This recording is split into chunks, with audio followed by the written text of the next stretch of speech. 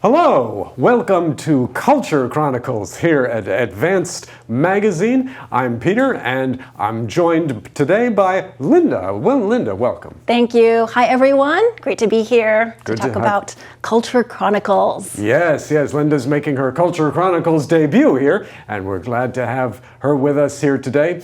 Today, we're going to take you for our Culture Chronicles feature down under to Australia. Australia, also known as Down Under, is having what is known as the Moomba Festival. It's a fun word, isn't it? Moomba. This is from March 6th through the 10th. And Moomba Festival in the city of Melbourne, Australia. Although if you go to Australia, don't pronounce the R. Be sure to say Melbourne, or they'll know you're from out of town.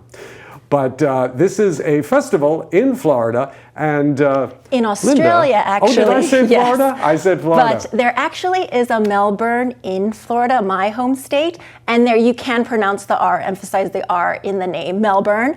But like Peter said, if you go to Australia, or if you're talking with Australians and they hear you say the strong R as Melbourne, then they'll laugh at you. So say Melbourne. Right. And yeah, so this event that we're talking about, the Moomba Festival, is a big cultural celebration in Australia. And it's a very iconic cultural event. And something that's iconic is very famous or well-known and representative of a larger whole. Right, it is certainly iconic. It is something that the festival has is lots of parades with big floats. You know what a float is in a parade, where you dress up, you sort of create a stage set, like in a theater, on top of a vehicle of some sort, a car, usually a truck actually, in a parade. And the Moomba Festival is famous for its floats because they are very elaborate. Another vocab word for you there. Elaborate, meaning full of lots of detail and parts and moving pieces and color usually, and very eye-catching and really holds your attention because of its elaborate decoration. Yes, and I would say that it is very colorful. I was watching a video of the parade, and there's so many people. There are hundreds of people involved, and they're not all on floats. Some are on foot. There are marching bands, people dancing in the streets, and it's very, very festive. Yes. Now you might be wondering about the word Moomba. I mean, this is in Australia where, every country has its own words that aren't really heard outside the country. What does Moomba mean? Well, Moomba, we believe the etymology, the history of the word is a little surrounded in mystery, but it's believed to be an Aboriginal term. Aboriginal meaning the native people of the land before, in this case, European settlers came in and began to settle there and moved them out of the way, frankly. But Moomba means to let's get together and have a good time. Moomba is the word. And so they said, hey, that's a good name for the festival. Now, Linda, do you know anything about the history of the festival, when it was founded, how old it is? Yes, so it's been going on since 1955. So this is the 70th year that the festival will take place. And it makes sense that it would have an Aboriginal name because there is a rich Aboriginal culture within Australia. So we mentioned the parade. There's also another event that is very exciting. It's called the Birdman Rally, and that is where contestants, they make their own homemade flying devices, and what they end up doing is they want to fly, quote unquote, so they launch themselves over the Yarra River. So this is a very famous big river that goes through Melbourne, and they create this apparatus, this flying apparatus, and it's kind of bulky, but they launch themselves over into the river and see how far they can go before they, of course, fall into the river because just gravity brings them down. Right. Somehow no one's been able to invent a flying machine that you can just run off the deck into a river and just keep going. Eventually they do fall right into the river. Instead of just going over to the airport and booking a flight